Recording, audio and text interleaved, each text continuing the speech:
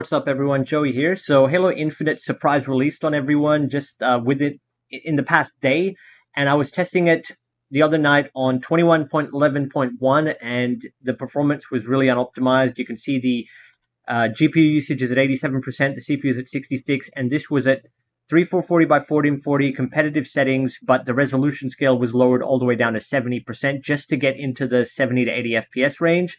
At native resolution, ultra wide, 1440p, it was only getting around 60 FPS, like 55 to 60. So optimization was really bad. And I checked for drivers through the normal, check for updates with the optional check, and nothing was pushed through. I'm on 21.11.1. 11.2 is only for Battlefield 2042. It does not help Halo Infinite. And thankfully, I had this comment by Ales. Thank you, Ales. There's apparently game-ready drivers, like a beta driver that was announced on a few of the news websites, but not officially pushed through by AMD yet. And it's not even on AMD's driver page. You have to actually search for it through Google to get the link to come up. And this is the link here: KB release notes Halo Infinite MP. I don't know why they've got highlights in the setting, because in the heading, because that sounds like a recording type of feature. But basically, this is the Halo Infinite beta driver, and it is a complete package, supports Windows 10 and 11, as well as all the Radeon mobile and desktop graphics cards back to 400 series. So if you're having performance issues on any Radeon GPU all the way back to 400, this driver package should work for you. It's about 476 MB. And yeah, I'm installing it right now. I'm literally at the installer. I just wanted to give this quick intro before I install and test the drivers, and we're going to test full native ultra-wide just like I was running before, but at native resolution, and then we'll see if the performance is up or down, and then we'll see if we can boost it even higher using resolution scale, or maybe tweaking the settings will actually work with this driver fix. So yeah, enjoy the videos, and yeah, this will be linked down in the comments below for anyone that needs it, because I know there's a lot of people having performance issues. And we're back, so I'm happy to report the driver update went smoothly. I just installed over the top. I recommend you do a clean install, especially if you've been having issues, but installing over the top has, for the most part, been okay for me lately. And if you're coming from NVIDIA or an older, just a different model GPU, definitely use display driver uninstaller and do a clean, wipe of all your drivers for both NVIDIA and AMD. If you were on another brand of card before you install your drivers, just to eliminate the risk of any issues. But anyway, just reporting that, you can see here the driver version, they're using like a Windows Store type of driver version for this beta driver. And under performance tuning, where I normally have my undervolt, I was able to reload my saved profile from 21.11.1, but the driver was not able to recognize the fan settings properly. So even though it looked like my fan thing, like it looked like it loaded, the frequency and the voltage was the same, when I looked at the fine tuning of the fan, it's all different. So basically, check your fan profile and just save a new profile, like re-enter. Like I had a saved screenshot here on the left hand side. As you can see, this is my normal undervolted 6700 XT profile, and I'm just gonna re-enter all the values now because this gave me a good performance curve with minimal noise. So under gaming load, I was like around 60-70% fan speed, and the temps were really good while being basically silent over my lower than my case fan noise. And my case fans are Arctic F12s, so they are already fairly silent as is. So as you can see, I've just re-entered those just to adjust the curve a little bit more. It's basically giving me better idle temps, and gaming load can be anywhere from 45 to 75 degrees, depending on the type of game. And, for a lighter load game that doesn't run up to 50 degrees, 40 to 60% seems to be best. And then the heavier games, that can get a bit hot, 60 to 70 tends to be where it runs, like in between there. So I'll just apply that, and then I'm just going to save it over the top of my previous profile just to make sure that there's no more compatibility issues. And you can see here, Smart Access Memory is on. My CPU is detected. I don't use software-based overclocking anyway, but at least we can see that that's all working with these drivers. And we can try to launch Ryzen Master just to make sure there's no issues with the chipset or Ryzen Master launching with these drivers too, because I know there's people that have issues, and that is loading fine. So just to share that. And now we're going to jump into Halo Infinite. Alrighty, so I'm on a bit of a high ping at the moment, but you can see we're up about 10 to 15 FPS from the previous 60 to 65 at native resolution, ultra-wide 3.40 by 1440. I have done some testing behind the scenes, and it does seem that a lot of the settings on medium or high do not have a significant impact on visuals or performance. So, for example, reflections, which would normally have a major impact on performance, like screen space reflections, seem to enable and disable reflectivity on some surfaces and also remove puddles entirely, but there are fixed puddles that also are not affected at all by the reflection setting. So even if you turn reflections off, you'll still get reflections in puddles, you'll still get some glossy surface reflections and things like that. So same with lighting and shadows, it just does not seem to have a significant impact. It still comes down to the resolution scaling, at least for ultra-wide with the 6700 XT, something to do with the amount of textures being streamed in. Now this is just my opinion, but it seems to be to do with the amount of textures being streamed in, because when I lowered the texture quality and other VRAM heavy settings, for example, when I lowered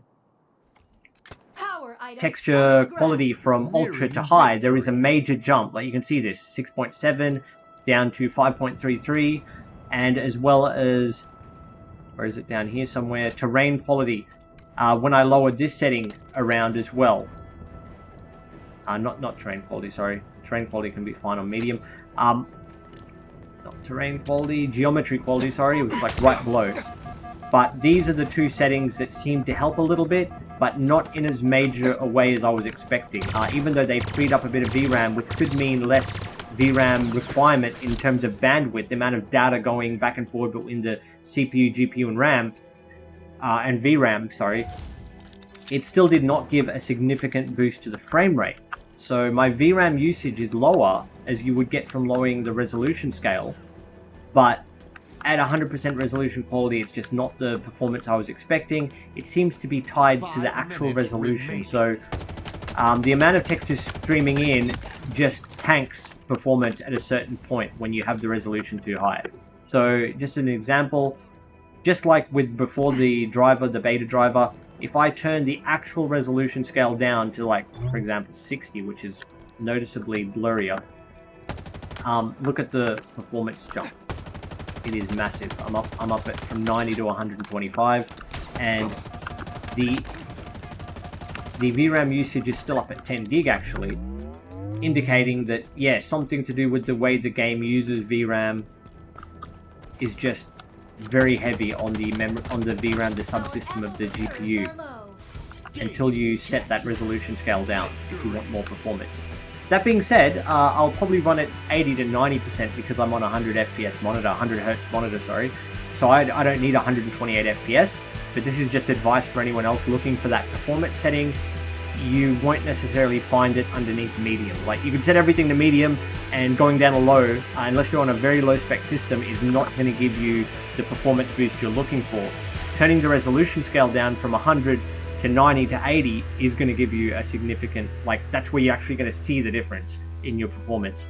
And then further that, if your 1% and your 0.1s are still a bit bad, if they're dipping a lot, set an FPS cap closer to your 1% lows. Instead of running uncapped where you're getting 150 FPS through a corridor, set it to 110 cap. And then when you get into an intensive area, you'll have that GPU headroom to push higher FPS, to maintain higher FPS, sorry. So you won't get like as bad FPS consistency issues. So you'll see this frame time graph here. See how there's little stutters here and there? Even this is just in a loading screen. But if I cap it to 110, you can see this frame time graph just here on the left where my mouse is. You can see how it levels out. That difference you'll also see in game. You'll see like a much smoother frame time graph when you cap it to under your max FPS. Don't leave it uncapped. And the in-game cap doesn't necessarily work as well as it either. So if I, just to show you, it does still work in the menu to some degree when I'm demonstrating this, but if I use the in-game cap to cap it to 100, you can still see it's very messy. See that? How there's these little stutters going on here and there, these little frame rate stutters, frame time stutters. See that? That's at 100 using the in-game cap for maximum frame rate, and then if I unlock it, and then I cap it using Riva Tuner, which I've got in a hotkey for F10, just look how smooth that is. It actually helps with micro stutter, for lack of a better way to put it.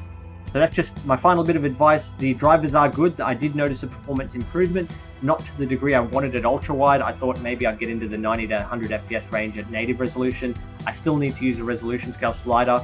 And even though it's not having a significant impact on the actual total VRAM being used, like compared to ultra to high textures, for example, it is still helping a lot with the actual frame rate. So the amount of bandwidth I think being utilized for whatever resolution just reaches a performance degradation point where you're losing a lot of performance just to get that hit this higher level. So for example, maybe 5.34 and the amount of textures streaming back and forth to the VRAM and the system is just too much for the 6700 XT to maintain 100 FPS. But as soon as I put it down to like 90 to 80%, the visual quality is noticeable, like the quality loss, but you can still compensate a little bit, turn your sharpening up to 100, and that's one way you can get that performance back and the visual detail back. And then 80 might push you into 100 range depending on what resolution you're running. And as well, even on a weaker GPU, the weaker GPUs with less memory bandwidth and less total VRAM available will also benefit in a similar fashion, especially the AMD models. So that's my advice too, is turn your resolution scale down from 100 to 90 to 80 at whatever resolution, and that's where you're going to see the bigger performance jump compared to just turning things up and down here. This doesn't seem to do much. As long as you're not running ultra. Ultra will tank performance a bit, especially causing stutter in the 1% and 0.1. If you're running this kind of, see the VRAM usage, see how high it jumps? If you're running ultra there, that can actually make more of a difference than the reflections and the shadows and the lighting, which I thought would. But I haven't thoroughly tested a few of these other settings. I just left them minimal. The volumetric fog, the cloud quality, and the dynamic wind, they are not exclusive to, I mean, they are not in all levels of the game. There's some levels that don't have any of it, so it's really hard to measure this without getting the same level over and over again to test it. So I've just left those minimum so they're not affecting my testing. And as well as effect quality, you could probably turn that down to medium if you need performance. On a higher end system, it doesn't seem to matter. I don't think it's a bandwidth heavy setting. It's more a GPU horsepower setting. Like if you've got a stronger GPU, you can handle higher effects. If you don't, obviously just turn it down. But again, medium is usually the performance balance, best performance with still decent visuals, and low is just if your performance is just that bad that you need more FPS anyway you can get it, turn everything low, and just try to keep your terrain quality. And for pop-in, terrain quality, try to keep that on medium minimum, as well as geometry quality, because that's the other one that does pop-in. Okay, thanks for watching, guys, and I hope that helps you out, and the links are in the comments below. Bye. Alrighty, so I'm going to leave you guys with some multiplayer gameplay. This is a capture the flag match in the final round, and basically from all that settings testing, this is what I settled on for my particular setup at 3440 by 1440 at 100 Hz. The resolution scale down to 70%, and these are the settings here. I'll just like pause on them for 5 seconds or so.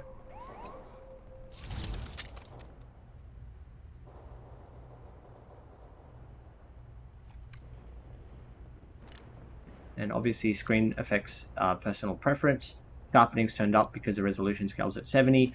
And yeah, the other settings, at least between medium, low, medium, and high on this spec system with the current optimization of the game, did not have a major impact. It was really just this resolution scale down to a sweet spot of about 70%.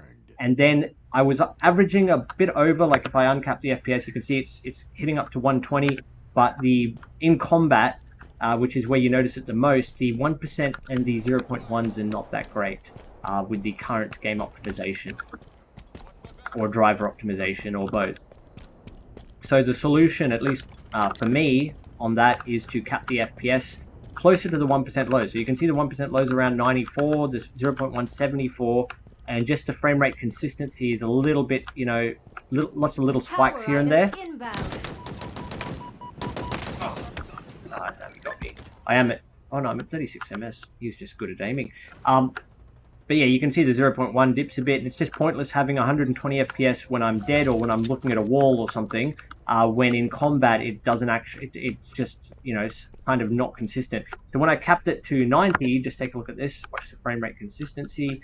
It gets much closer to what I would call console consistency, which might be what you want. So it's just a suggestion. Oh, bugger. it gets much closer to... Did that get him or someone else? No, I got him. Heck. It gets much closer to console-like consistency, and you can see even the 0.1% has improved from that 90 FPS cap. And I did try higher caps first, but you kind of got to tune it in for yourself for your particular setup, and see how you go with the FPS cap. Alrighty, so enjoy the gameplay, guys, and thanks for watching. Bye. Inbound.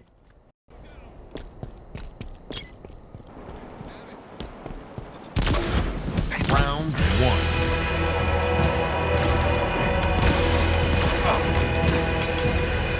Enemy team facing elimination. And now, the finishing blow.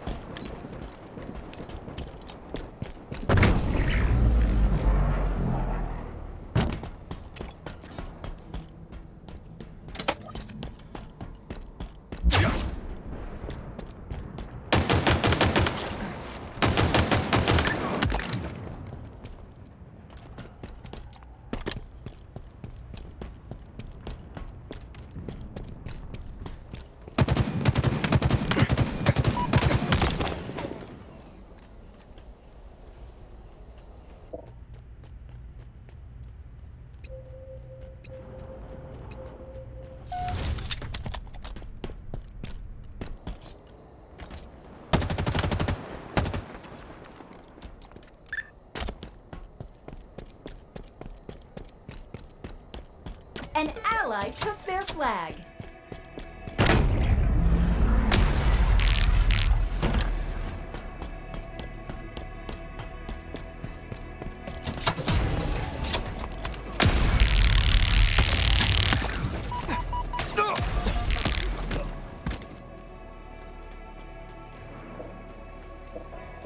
Enemy flag returned. Active camo inbound.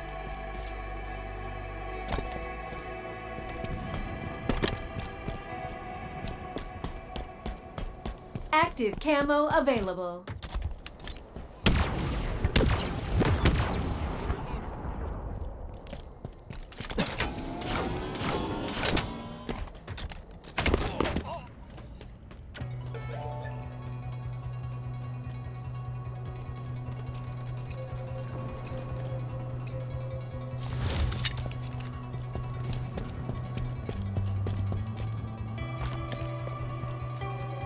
Seconds remaining. Enemy flag returned.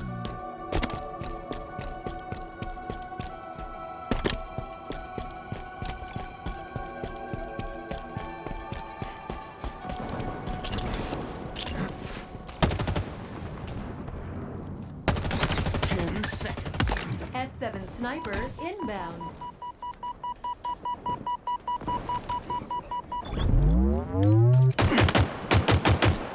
Tie.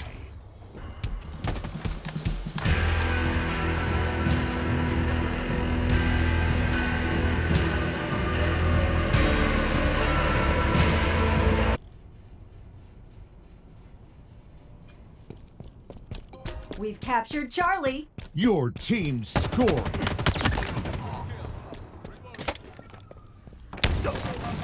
The enemy has captured Bravo. Enemy team scoring.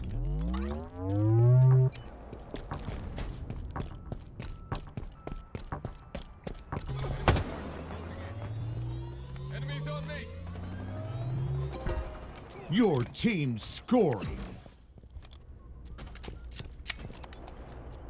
The enemy has captured Charlie. Enemy team scoring. We've captured Bravo. Your team scoring.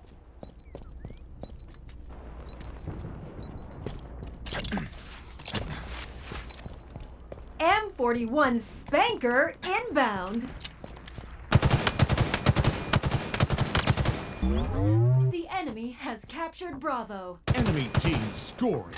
M41 Spanker available.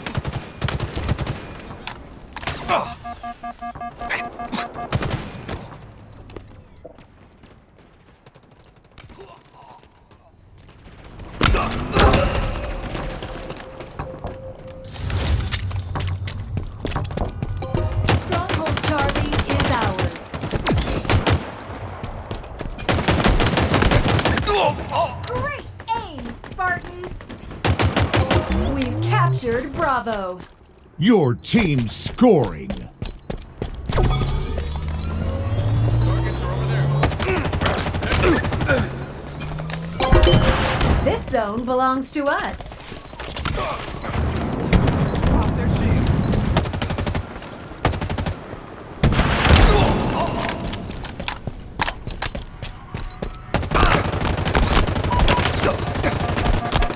Stronghold Alpha lost.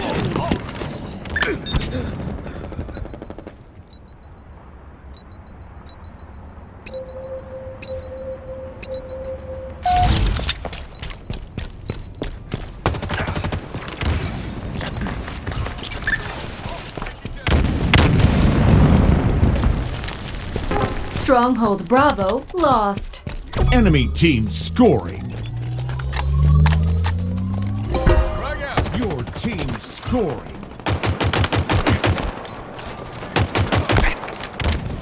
The enemy has captured Charlie. Enemy team scoring.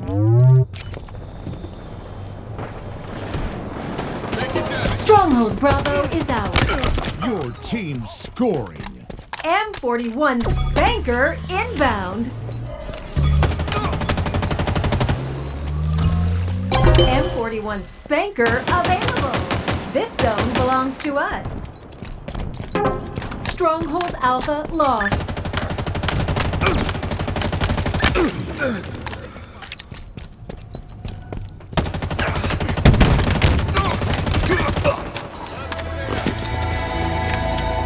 Halfway to victory.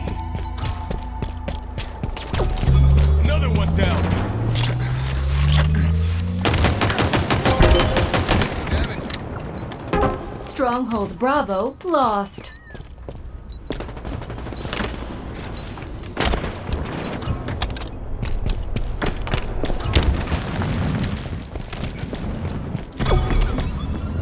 Stronghold Alpha lost. The enemy has captured Charlie. Enemy team scoring.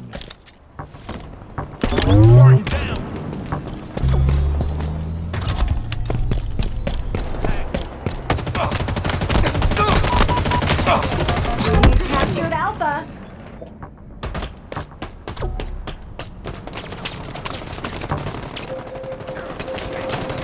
Taking cover. We've captured Charlie. Your team scoring.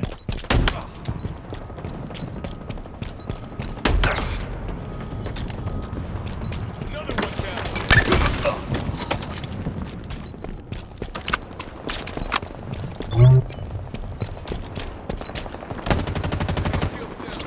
Radeon drop wall. Reloading. Stronghold Charlie lost. M41 Spanker inbound. Tango's closing in. M41 Spanker available. Over there. Hostiles inside. Enemies hurt. The enemy has captured Bravo.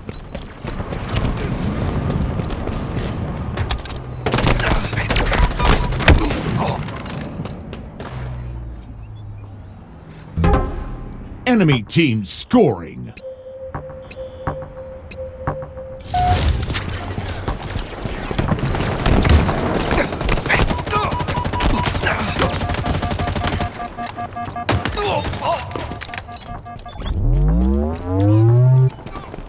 Damage. Enemies on me.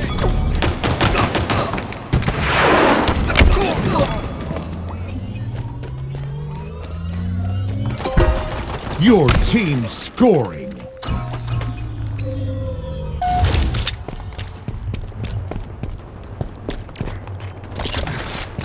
Stronghold Charlie lost. Enemy team scoring. Frag out.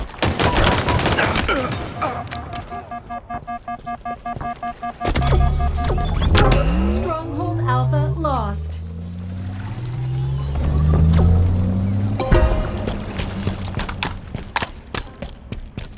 Stronghold Alpha is ours.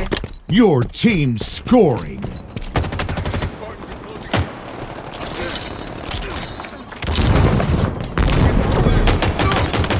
in. Nearing victory. This zone belongs to us. M41 Spanker inbound. The enemy has captured Alpha. M41 Spanker available.